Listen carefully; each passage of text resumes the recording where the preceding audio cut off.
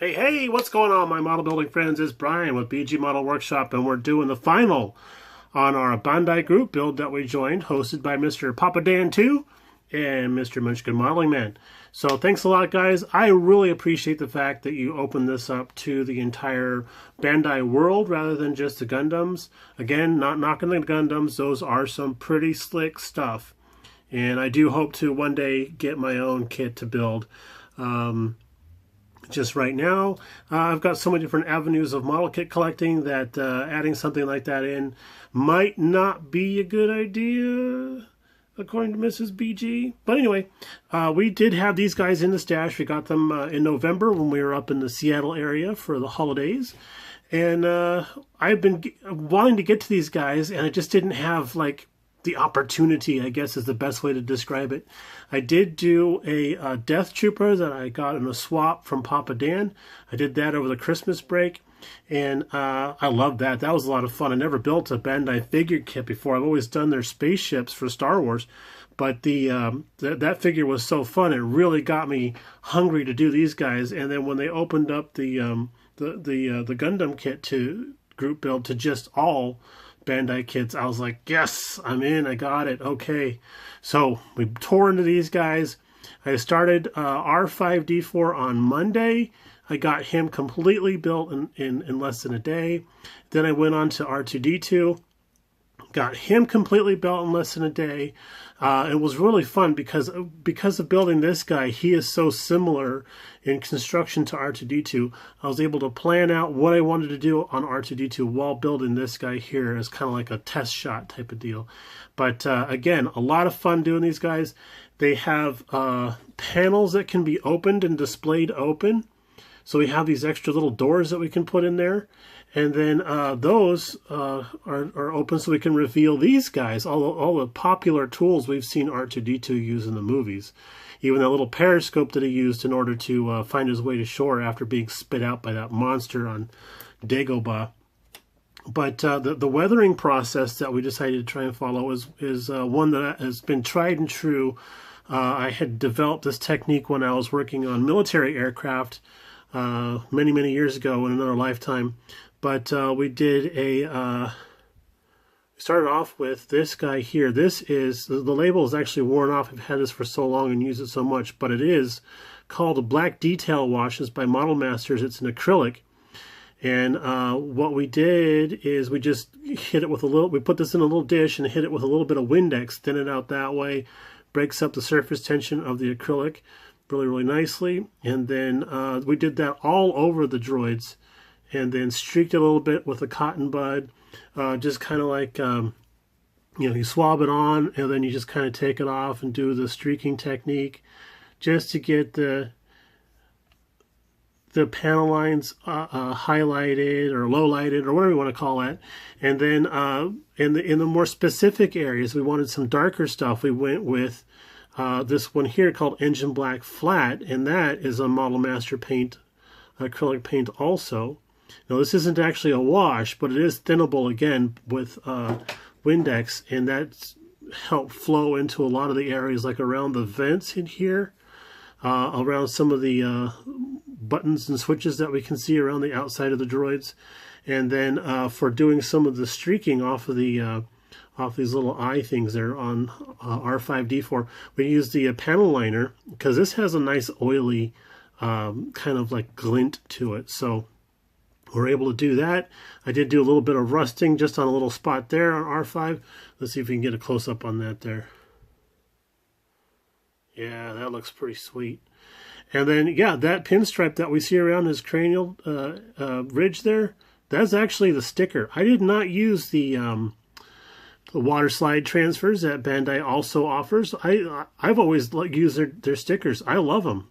They go on so easily. They conform very well. They're extremely thin, transparent vinyl, I believe, and with a silk screening over the top of that. And they do form very well, very nicely. They go over lumps and bumps really nicely, and with a little bit of burnishing, we can actually give them a little bit of a weathered look too. So that was a lot of fun. I've done that on some of the spaceships that I've built. Also, we did a little bit of a weathering with some of the sand and light sand from this kit here, because we wanted these guys to look like the Jawas just picked them up out there in the middle of the desert. And I know what sandy and dusty stuff looks like since I live in the desert also. We just don't have to worry about the sand people. Anyway, we had such a fun time building these two guys that I went back into the stash and dug out my 3PO. And this guy is beautiful. A little prissy, but that's his personality. He's a little more fragile than I think most Bandai figure kits would be, probably because of the plastic that he's molded out of in order to be very, very shiny, because it is a chrome, technically. It's gold, it's chrome, it's a chroming technique. But this is what he looks like out of the box. Absolutely highly polished, lustrous, like the way we see him at the very end of the first Star Wars movie, A New Hope. And different versions of 3PO here are pretty cool. He's got the dented faceplate. We have an eyeball hanging out there if we wanted to do that. Got a restraining bolt we could add if we wanted to. A couple different arms in different positions. The hands, there's 2 different sets of hands for different positioning on that too. Another restraining bolt here. I think maybe we'll add that to R2 later on. Some blurriness. The little black dude there, that's actually the comlink that 3PO was using to communicate with Luke and Han on the Death Star. And then another little, it looks like a cranial microphone or something, but I don't know. I swear that looks like a pop pipe or a sonic screwdriver, one of the two. But that's supposed to go up here on the top of his head. They gave us one that's actually molded in the gold, and then one that's like a gold-colored plastic. Let's get a close-up here of him. So, very, very cool. I bet it would be pretty easy to light up those eyeballs, because there is the head is hollow. It's made up of 3 different pieces, and there is transparent lenses for the eyes. So we could actually light this up if we had the technical know-how to do that. But you know, future projects, right? The Bandai does offer a sticker or decal to put down in the midriff area here for the background, but I decided to just use a little bit of Sharpie work and then tone that down with some of the washes that we have. And then some of the red and gold wires that you see there are actually individual bits that we put on. It goes all the way around. We have that going on the back side as well. Very, very nice detail. Again, 3PO has the silver leg that we see him in the first movie, A New Hope. I don't remember if that silver leg stays with the droid for the rest of the other movies or not, or if they swap that out for another golden leg. I cannot recall. I'm sure somebody out there will let me know that I've made a mistake, but that's okay. Again, guys, a lot of fun. I would do these again in a heartbeat. I'm wanting to get to my Boba Fett kit, but again, that's going to have to wait for a different time, because I do have a diorama in mind for that.